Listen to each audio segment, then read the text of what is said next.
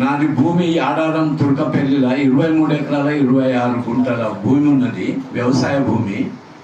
ఈ సిహెచ్ మల్లారెడ్డి మాజీ మంత్రి నా దగ్గరికి వచ్చి 3 సార్లు చిలుకూరు బాలాజీ గుడి దగ్గర, నేను గుడి సన్నిధిలో ఫామ్ హౌస్లో ఉంటా, అక్కడికి వచ్చి 3 సార్లు వచ్చి 3 రేట్లు కుదిరించుకొని లాస్ట్లో 2,25,00,000 లెక్క ఎకరా లెక్క మాట్లాడుకున్నాడు.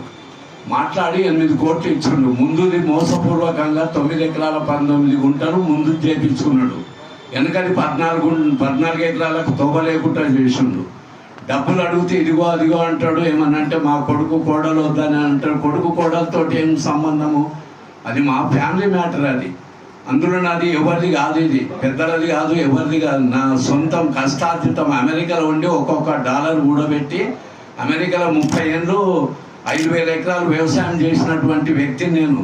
నాకు అక్కడి ప్రెసిడెంట్ కూడా సన్మానం చేసిండు, ఉత్తమ భారతీయుడు అని. అటువంటి సంపాదించి తెచ్చి నేను కొన్న భూమిని 103 ఎకరాలు 26 గుంటలు ఉంటే నా బావమతికి 40, మా సట్టగునికి 40 ఇవ్వగా 23 ఎకరాలు 26 గుంటలు ఉంది.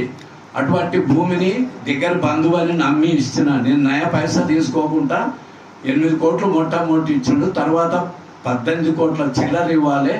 వెనక భూమికి తవ్వ లేకుండా చేసిండు. అడిగితేనేమో అది కూడా తీసుకుంటా అన్నాడు. అది లేదు ఇది లేదు, మొదలకే మోక్షం లేదు, మోసపూర్వకంగా.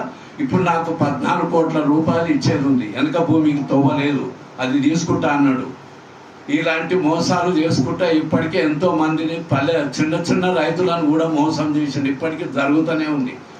అది వేరు విషయం. నన్ను వృద్ధుల్ని చూసుకొని ఇలా మోసం చేయడం అది సమంజసం కాదు. నేను రేవంత్ రెడ్డి గారి దగ్గర, సీఎం దగ్గర కూడా పోవాలనుకుంటున్నా.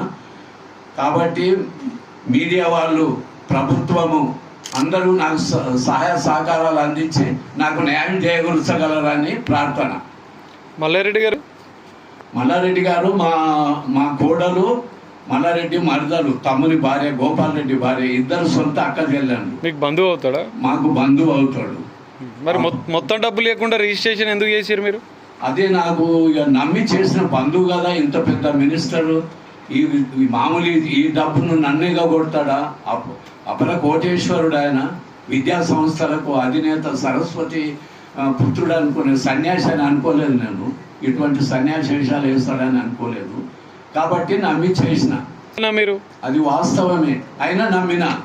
ఎందుకంటే బంధువు కదా, నన్ను మోసం చేస్తాడా అనే ఉద్దేశంతో నమ్మి ఇస్తే అది ప్రజలకు చేసినట్టే నాకు చేసిండు. చివరకు మీకు తెలుసా ఆయన కబ్జాలు చేస్తుండో, రైతులది భూములు కూడా కాజేసిండు? బాగా తెలిసి కూడా మోసపోయిన నేను.